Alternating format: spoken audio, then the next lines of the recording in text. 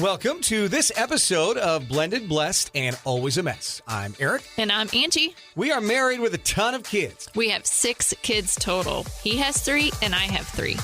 My name's Hallie and I love riding horses. I'm Lexi and I love agriculture. My name's Carter and I love eating. My name's Chase and I love lifting weights. My name's Summer and I love spending my parents' money. I'm Dane and I love baseball. Our show is about our blended, blessed, and always a mess life. And our hope is if you find yourself in the same situation we are in, that by sharing our story, all the fun and all the mess, the challenges we are experiencing, it will give you some inspirations, laughs, and community, knowing you are not alone in this mess. We appreciate you spending time with us. Let's dive in. This episode is brought to you by Sevens Boutique, an online shop created by 2 sisters, Angie and Jess, who believe you should walk boldly, dress divinely, and know your significance. At Sevens, you'll find easygoing pieces that are cozy, classy, and made to mix and match. Think relaxed pants, cozy sweaters, and lifestyle sets you'll want to live in. Every item is handpicked with purpose, so you can shop confidently, dress comfortably, and walk boldly. Inventory is small and curated, so if you see something you love, don't wait. Visit sevensboutique.com and use the code PODCAST10 for 10% off your first order. www.sevensboutique.com. Walk boldly, dress divinely, know your significance. Welcome to this week's episode of Blended, Blessed, and Always a Mess. And I just have to say, first and foremost, if you're watching the YouTube video of this, Angie, I am digging. Looks like a quarter, I don't know, some kind of zip up, perfect for the fall winter season. And I'm going to guess it came from Sevens Boutique. What? I'm Yes, just guessing. shocking. It's going to be my new outfit. Every time we record, it's going to be something from Sevens. Sevensboutique.com. Check it out. But yeah, it looks really good. That's a lovely colored green. Thank you. Well, I don't know about you, but I had a great weekend, extra long holiday Labor Day weekend. And I think everybody had a good time. Honestly, I think the kids did, but it took a lot of planning and work to engage everyone. And you've always been so good at that. So you want to talk a little bit about that? Yeah, it's, I feel like if you're new in parenting, a pro tip, especially with teens, is if you want your kids to hang out and be engaged, you have to actually plan stuff. And our kids have ran around all summer. And, I feel like Labor Day is almost like that wrap up to the summer. And I was missing the kiddos and missing hanging out with them. And I told Aric, I'm like, we want the kids to be hanging out at the house on a Labor Day weekend. We've got to plan things to do. And so we spent some time kind of mapping out the weekend and it worked out great. Like my heart was filled after the weekend and we had lots of good laughs, just some ideas of what we did. Like we need to go to brunch after we go to church. And that's just is like more time locked in with the kids. So we tried a new place in Columbia called JoJo's Biscuit. I think it's a chain. I don't know if it's a chain. I don't know. It was excellent, really though. Good. Really good. Big menu. So that was fun. We also coordinated playing pickleball for a couple hours with some extended family. And, that's always friendly competition and getting to spend time together. It was just good. And I think we just have to be probably more intentional in planning if we want to keep these kids as they get older, still kind of coming back and hanging out with us. Yeah, I think that we had buddies over and did a football fantasy, and that was fun. It requires work on my part. Made rotel, you went and picked up pizza, all of that stuff. But I think those are just the things when you're parenting it's intentional time focused around your kids. Because, geez, I don't think I need to remind everybody, like, life's short. No one's promised tomorrow. You get a very limited time, 18 summers, basically, with your kids. So making sure that it's quality time with them. Yeah. And, I think it's a great point about planning with your kids, being proactive, because what happens is when your kids get to be the age that ours are, they're fun to hang out with. The problem is that they don't want to hang out with mom and dad. Just right. So if like we were just home, we're like, hey guys, let's hang out. Well, what are we going to do? Well, let's play a board game or cards. That's not what teenagers want to do. So it's the intentionality. We actually started that last Thursday night with the Bazoo game, being able to get everybody but Lexi to the Bazoo game. And that, got to see most of the kids. Carter was off doing his own thing, but, started that way. And then, as you said, it was one of those things we weren't originally planning on Chase having a fantasy football draft. But when he asked, it was like, okay, yeah, that sounds good. We are lucky. I think anyone listening, we started this podcast as a blended family podcast. And anytime that you have older and younger siblings and they get along with each other's friends, you're really blessed, and it makes it a lot easier. And so the fact that Chase's buddies actually like Dane and allow him to hang out with them, that makes that even better for us, because then, Dane's not jealous that Chase has buddies over because he feels like he's included and a part of that, which is pretty great. And Summer's friends have always been great with Dane as well. And so that has made that even easier and even better, I would say. Well, and what I explained to Dane, especially because he, had a great weekend with everybody, is when you're younger and there's a year or two age gap, that gap feels really big. Like, oh, you're 10 and I'm 11, or you're, I'm 13 and you're 12. But when you get older, that age gap is so tiny, and they're kind of entering into that phase where they're actually getting closer in age because they're maturing. And we did get stuck in a car wash. We won't say who was driving, but that was also, that's going to be a core memory, I feel like, where someone was keeping their foot on the brake without realizing it, and the car popped off of the little rail that it was supposed to be on. The other thing we did, which I am not a lottery ticket person ever. We never do. But again, this is like another connectivity point to keep our crew together. Is my dad actually was talking about how the Powerball is so high. And I'm like, you know what? That would be fun just to like go to the gas station with the kids. We decide if you're going to pick numbers or have the numbers auto select. And it was like another thing that we all did together. And then we all checked our tickets. One kid maybe didn't realize they keep the ticket and was missing, but they found their ticket back. Obviously, we're still talking on the podcast, so we didn't win. No one has won, actually, as we're recording this. But that's also a thing. I think the kids are kind of getting into it of like, oh, this is what I would do if I won. And it's interesting to hear how they would spend the money or not spend the money. Summer and I, we will go get G-Wagons together, get matching G-Wagons. That was our thing we're going to do. Chase said he would share the money with his mom, but his mom and dad, and that was it. So he's going to have to work on his giving. At least I was included. I'm like, okay, well, I guess that's a win. I bought the damn ticket for you. So I'm pretty sure if you won, brother, you're going to be giving me some. Especially since legally he can't actually win. It's got to go through somewhere. So there's that tidbit. It was fun. And, $2 to get a Powerball ticket. Right. It's a lot of fun for $2. Yeah. Again, as we record this, no one has won, but there is another drawing Saturday. So perhaps we will be winners by Sunday morning when this podcast drops. You never know. I don't know what I'm going to do with that money when I win it. Obviously, spend it on you, honey. Obviously, you're going to be it is my birthday taken care of. Yeah. Be the most materialistic birthday month of all time if I'm sitting on $500 million or whatever that payout looks like. So yeah, that was super fun. And some of the things that we did, one of the things that you and I have been doing much more lately. Oh, we forgot to mention, we got to go out and see Phoenix Saturday night.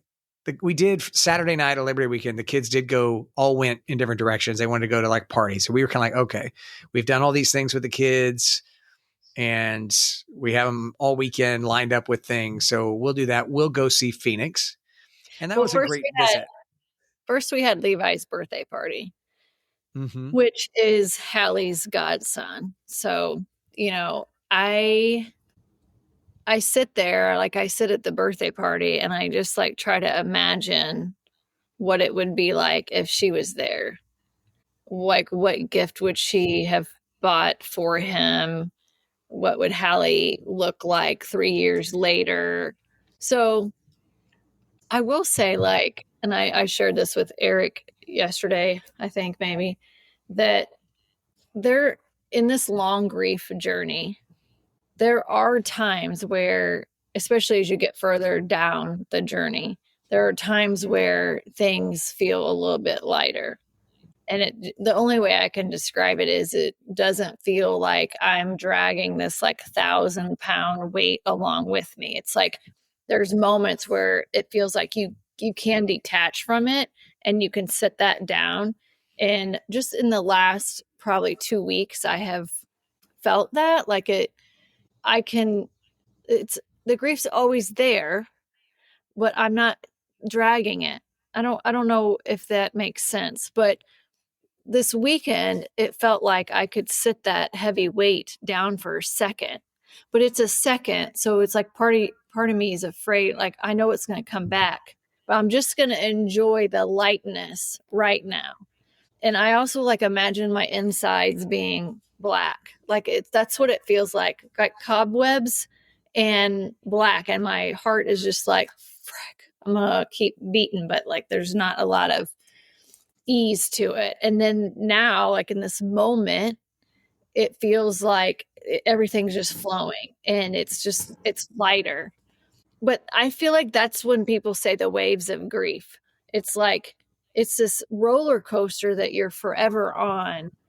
And I'm just right now grateful that I can sit that down for a second. So I say all that, and that at the birthday party, knowing that this is Hallie's godson, that she would have been there.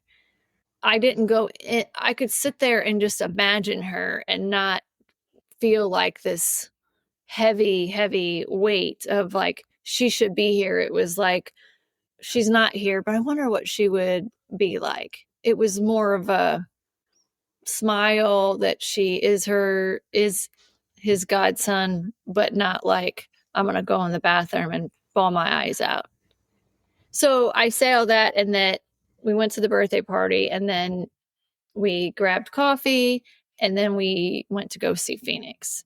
And it was just this easy evening, but it's cloudy.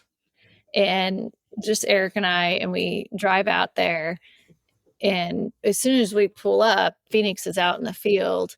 But as soon as we pull up and we start walking towards her big pen pasture that she's in, there's a small break in the clouds right where the sun is going down. And the whole time we're out there, it just sort of evolved into this beautiful sunset. We posted pictures on social media. I mean, those are unfiltered pictures. And it's just kind of like, I know Hallie is with us. I know that. I know she's there every step of the way. And I'm just grateful to have Phoenix, because for me, it's like the dumbest thing, honestly. Like sometimes when I think about it, going out there and all I ever want to do is like, and maybe it's a nurturing mom thing, but I love scratching her because she loves it. And right now the flies are annoying as shit for her. But she will just stand there, and it's like the most therapeutic thing for me is to scratch her all over. And she just stands there. And I also know she's relaxed because her lips move. I'm told that, like, that means she's relaxed.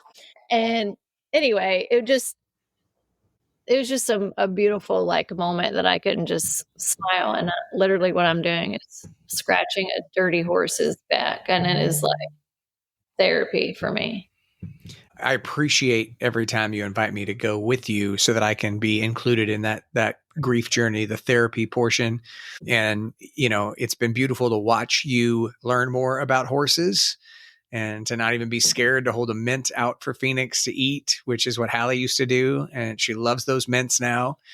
And I get it though, because, last time I was out that I got to ride Phoenix, that was definitely for me one of the closest times that I have felt to Hallie since we lost her, being on a horse that she wanted, a horse that she picked out, that she chose to breed the way that Phoenix is. Just being up there, I just kept talking to her because I don't know anything about horses. So I'm trying to ride one. I better talk to her so that she can help me. And so I can get why it means so much to you and why you like to be out there. And yeah, it's a beautiful thing. I do think we're like I do think we're in like our quiet era or something, because even like Wednesday night we met up with friends and it was like, we're just going to drive to their farm because it's beautiful, stunning and beautiful. And it's like, let's just drink coffee and sit on the porch and look at the sunset and the clouds and the stars and think lightning bugs a plane and all that stuff. We've been having a lot of late night coffees. And it's like the slowness. Give me the slowness. I enjoy it. And walking. We've been walking a lot. I don't know if I shared this, but did I talk about getting hokas on the previous podcast? You may have, but maybe not either. I know I'm on my third pair in the last year and I love them. And so Summer and I were pushing for you to get some. I love these shoes. I think they're probably not for everybody. It probably depends on your arch or your feet, maybe. I don't know. But I could walk so many more steps in these hokas than I can any other pair of tennis shoes that I've had. So also the weather's been beautiful. So it's even been more enjoyable to go walk. I feel like you and I have been walking a little bit more together. You do way more steps than I do. But I definitely feel like we're in this like appreciate the slowness, crave the slowness. Like tonight is Thursday night. And if you said you could pick anything to do, it would be that maybe we grab a coffee and we just go for a long walk. Yeah, it's funny because our plan for the night, we have this gift card to this really nice restaurant. And our plan is to go to the really nice restaurant. And as I was headed home to record this, I was like, I really just want to have coffee and walk and not have to get back out of the house again. That's where Angie and I are getting in this slowness that she talks about. I bet at least 4, if not 5 of the last 7 nights, we have had some time of coffee or hot tea late into the evening. I know. We're in a phase of, maybe it's a phase of recharge and reset that God is putting us through in this grief journey. And so it's been good to talk. It has been great to walk and do that together some. I always enjoy any of the time that I get with you. I feel like you have been in a little bit of a place where you've been a little more sharing your heart, what's going on in there. And it feels nice to connect with you in that way.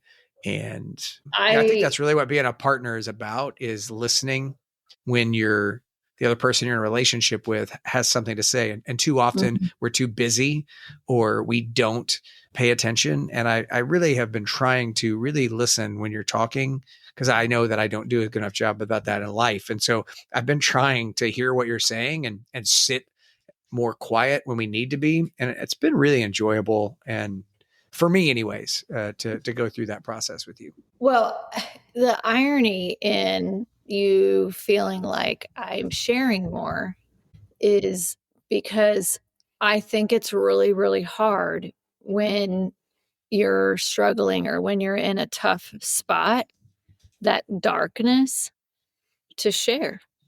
That's the irony in it. It's like, it's just too heavy. I need to like stay inward because it's too hard to talk about it. As it gets lighter, I think it feels more, gosh, what word am I looking for? You can like breathe a little bit and then you can like be able to better express like what you're feeling. But like that part doesn't make sense, right? Like you're struggling. You naturally to help would be to talk about it, but that's really, really hard to do when things are so heavy. And I think that's part of why we've talked about it's so hard to be married after you've lost a child, is because Mhm. these feelings are all so weird. They don't feel normal. They're not normal feelings, right? The normality of the situation isn't that we would have lost Hallie first. And so it is really odd that you feel all this pain, and so you don't want to share that because it's so dark. And yet, just from all the reading of my Bible that I'm doing, it's when it's so dark is when we need to rely on those closest to us. Jesus won, but then those that are closest to us, so that we don't feel so alone in the dark, because that's where the devil does his best work, is when he's got just us in the darkness. And Yeah, so but I've I'm just been gonna, reading a lot about that lately. And yeah, I just think it's a contradiction. I know what you're saying, and that it's really it's a hard. total contradiction. And I will say, you saying that instantly makes me feel like I'm not doing something right because, Oh, wow. right? Like you're saying, well, hey, that's the way we're designed. You got to rely on people. You need to be able to share. That's why we're here. And I'm saying, like, that part of it doesn't feel, it's very hard for people that are really struggling to lean in on somebody. It's just, I feel like we don't talk about that enough, right? Like Yeah. we should reach out, but like you naturally want to keep close when things are so heavy. And I'm just sharing that from like a listener perspective. Either people will resonate with me and go, yeah, I totally get it. Like when I was really in a dark spot and struggling, it is way harder to reach out to someone versus like staying inward. And it's not until you start seeing a little bit of a light in the tunnel that you feel like, okay, I can now like communicate, or I can reach out because internally I feel lighter. I don't, the weight is so heavy when you're struggling. And I know that now because I've been through it, so many ups and downs for this whole journey. I know when I go inward, and I know when things feel lighter, and okay, I can like really express it and talk about it. Yeah. Well, thank you for saying that, because I mean, it's really powerful. I think not just for me to hear, but for people that are listening that have been in that same spot and that are grieving, and people that are trying to be friends and show up for people that are hurting and they don't know what to say and what to do. And so, yeah, that's, all a contradiction. As we know, this whole grief journey is so difficult to understand. Well, I also remind myself, because I've been through so many ups and downs in the last 3 years, that feeling lighter is not permanent. Like we've got November coming up. I know what the next 2 months are going to look like. So I can appreciate and hold on to the lighter feeling. On the flip side, I also know that those dark months that come and go, that's also not permanent. And that's just the waves of life. I mean, I feel like remove grief, losing Hallie, plug in another word or another scenario of struggling. It's that up and down that we all face in life, where we feel good. Maybe we feel like our faith is really strong right now, but then there's going to be times where our faith isn't as strong. But none of that is a permanent in our life. Everything's very temporary. Yeah. And what you just said too, it's crazy that you said that about, like, what's coming up the next 2 months. I actually had counseling this morning, and I brought up, I said, I know what's coming up in the next 2 months. And she was like, well, what are your guys' plans for that? And I was like, well, I mean, we were talking about maybe trying to get away or something, but I mean, I don't know that we've talked about if there's her point was, do you have a plan to try to work through this? And I'm like, no, I don't feel like we have any plan. Like, we just know that it's coming. I'm not saying we shouldn't have a plan. I don't know what the hell that would be. But it came up this morning. I was literally thinking, the same thing that you were, not knowing that you would mention it this afternoon. But yeah, this year's a little bit different, the same but different, but like the 27th, so the day he shot her, is the day of Thanksgiving this year. And then the day that she passed away is the day that my family has a big Thanksgiving. And so it's like, I just really would like to not have Thanksgiving this year, and just quiet era the quiet era of let's just go for a walk for like 3 days and drink coffee. Okay. I'm working on it. We're on Let's good walk walking trail and good coffee. Okay. Yeah, that's it. And some healthy food. That's my plan. And not have fake eyelashes on because they're going to come off anyway. I love your fake eyelashes, but they, you and Summer have a good time when she puts them on and they come off. I think you're beautiful either way, honey. How about that? Thank you. Want to touch base real quick. This isn't in your notes, but a couple weeks ago we did my 5 tips on how I've lived a healthier lifestyle, alcohol free. And earlier this week, I recorded a podcast with our friends at With You in the Weeds. It'll air, I don't know, probably a month or so from now.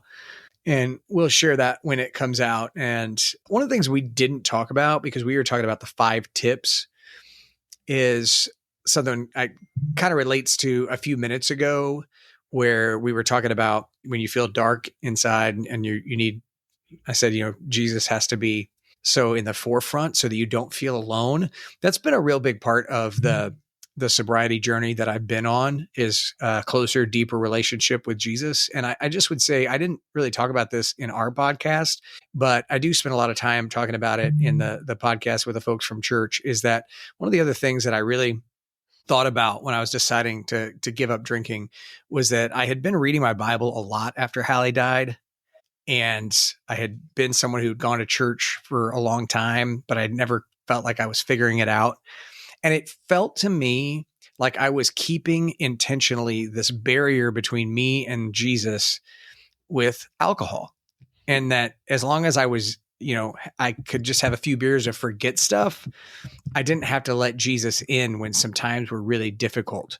And so by removing that barrier, it's allowed me to, on my walks and when I'm reading my Bible and in my prayer time, to have an even closer, deeper relationship with him in the good times and in the bad times. And so I just wanted to drop that in for folks that we'll be talking about that in that podcast in a couple of weeks, and we will share that. But if you've ever felt that way, if you had it doesn't have to be alcohol, it could have been something else, some kind of barrier in your relationship with Jesus.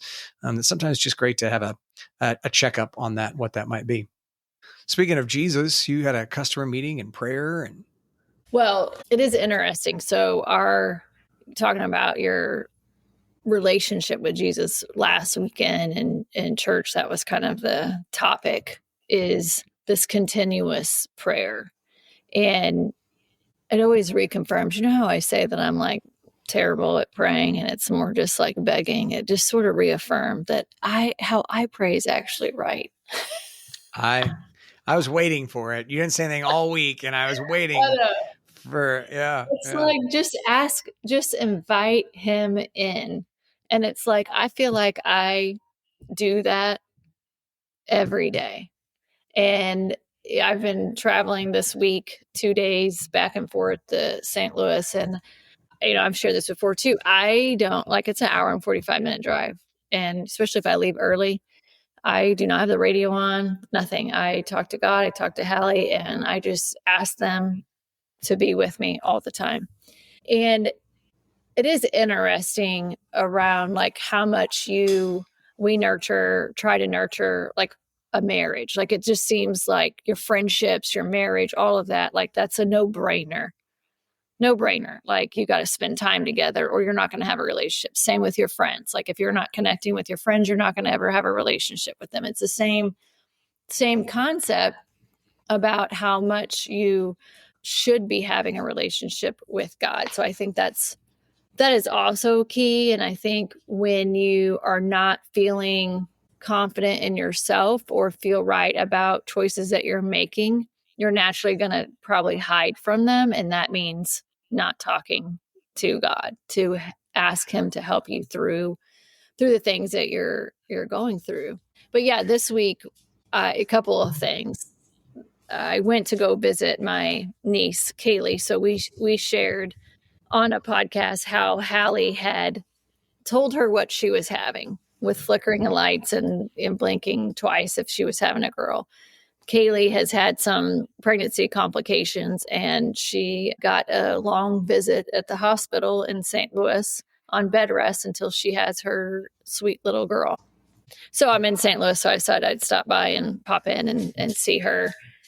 And she's shockingly on the 7th floor. If you guys follow, you know that 7s are everywhere in our life.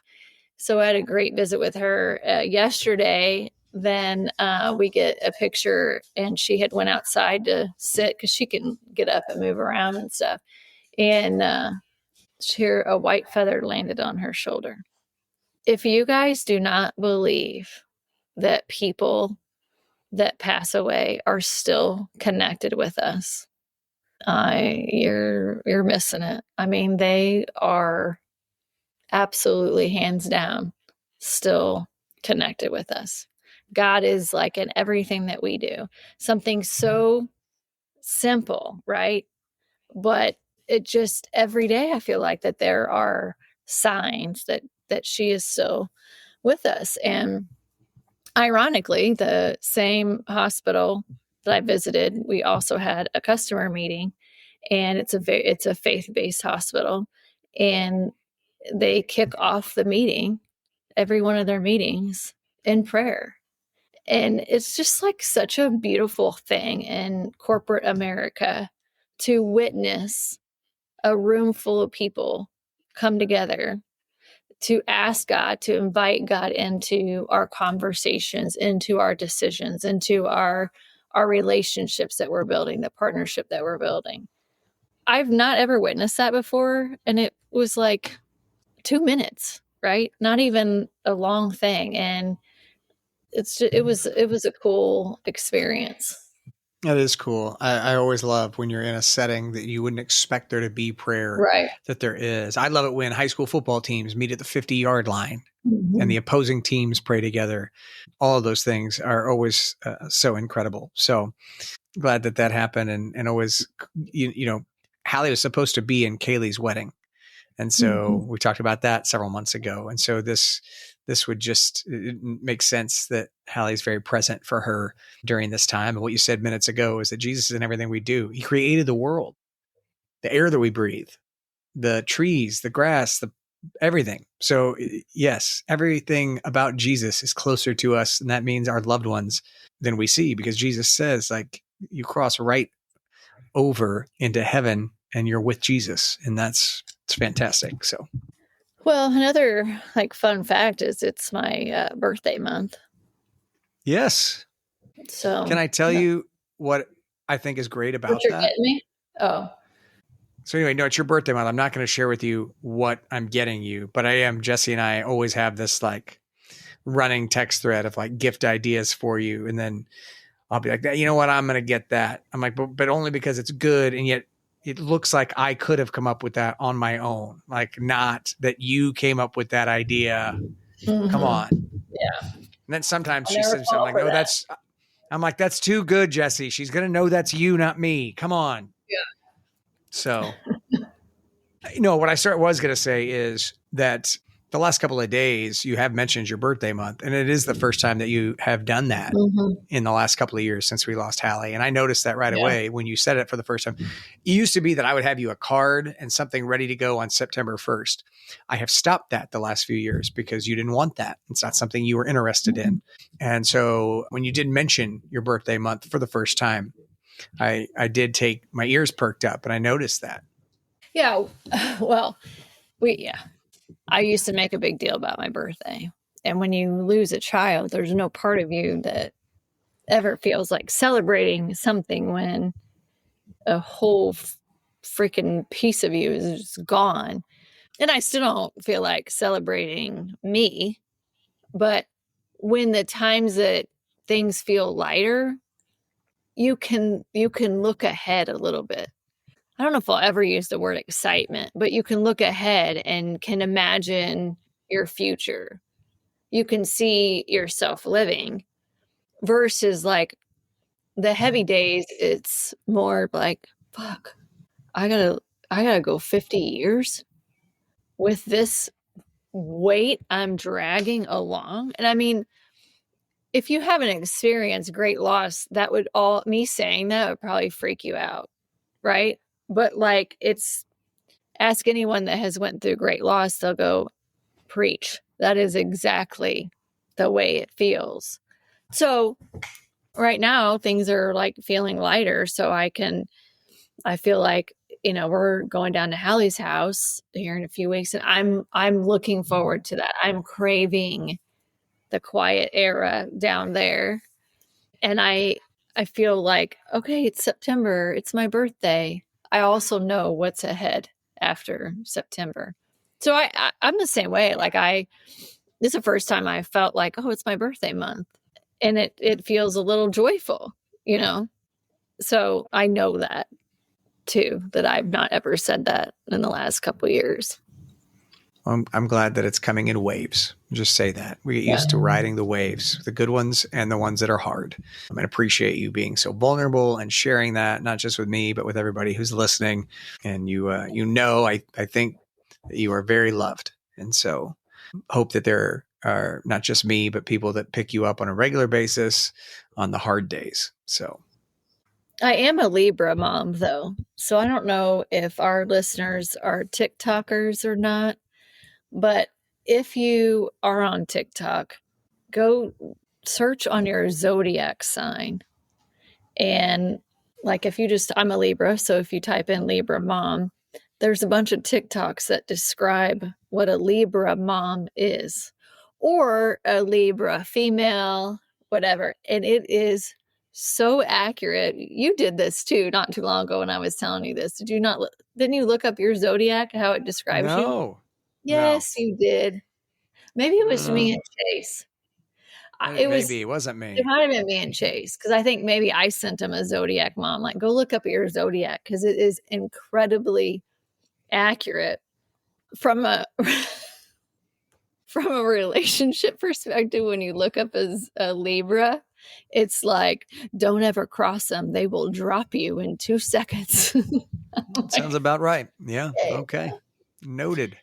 But anyway, so there's your assignment for the listeners. Go on TikTok, search on your zodiac, male, female, father, mother, whatever. And it is insane. So for my Libra mom, she's a peacekeeper, always making sure everyone feels heard and breaking up sibling drama like a pro.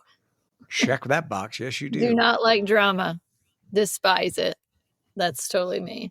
She loves deeply and makes her family feel like they're her whole world. She has a strong love and discipline balance. Libras bring surprising challenges to motherhood because they are like a warm breeze on a summer day. Warm, kind, patient, and really appreciate fairness. But Libra moms also have a knack of teaching you about balance and resolving conflict. She doesn't raise you, she builds you. She doesn't whisper love, she roars it out loud enough to silence your fears. Fierce enough to fight your battles, but strong enough to tuck you in after a storm. She's always the sun in your sky and the biggest cheerleader. She will feel your pain. And your accomplishments are never about her. Here's another one. Stylish is her middle name. You will never catch her without a cute fit or a polished vibe.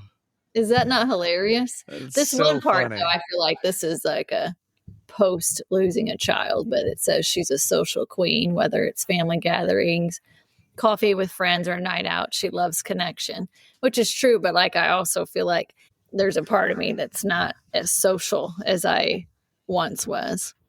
You used to love to host things and parties, and now, that part's different. But, the nice coffee nights out with close friends in your inner circle, you're still all about that. Yeah. So when you guys listen to this podcast, you should comment if you're a Libra and if that resonates with you. But if you're not, go out there and find yours. You will be shocked at how accurate it is.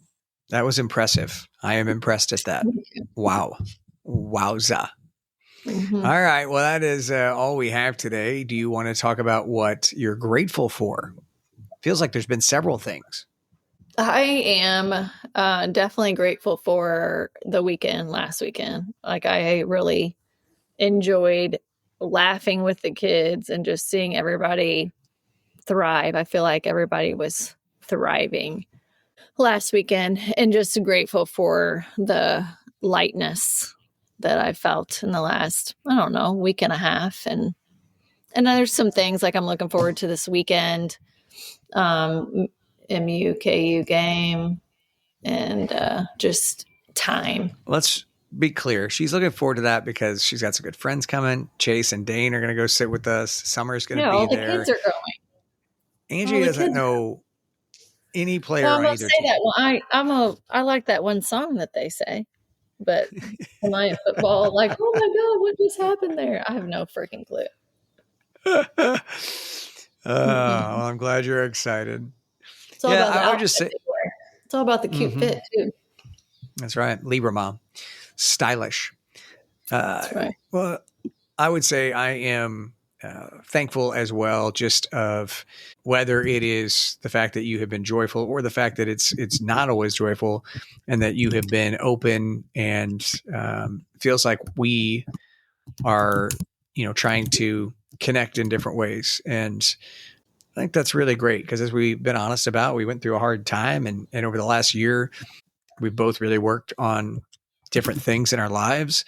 And it feels like, fingers crossed, knock on wood, prayers up, that God is maybe helping us to find a new version of our marriage that we can connect through and build through. And as we've said from the moment we lost Hallie, that our marriage could never be the same. We would have to rebuild something new. It's like if your house gets hit by a tornado, you don't get to rebuild the same house. You have to build a new house that's different. Can it be a good house? Yes, it can, but it's going to be a very different house.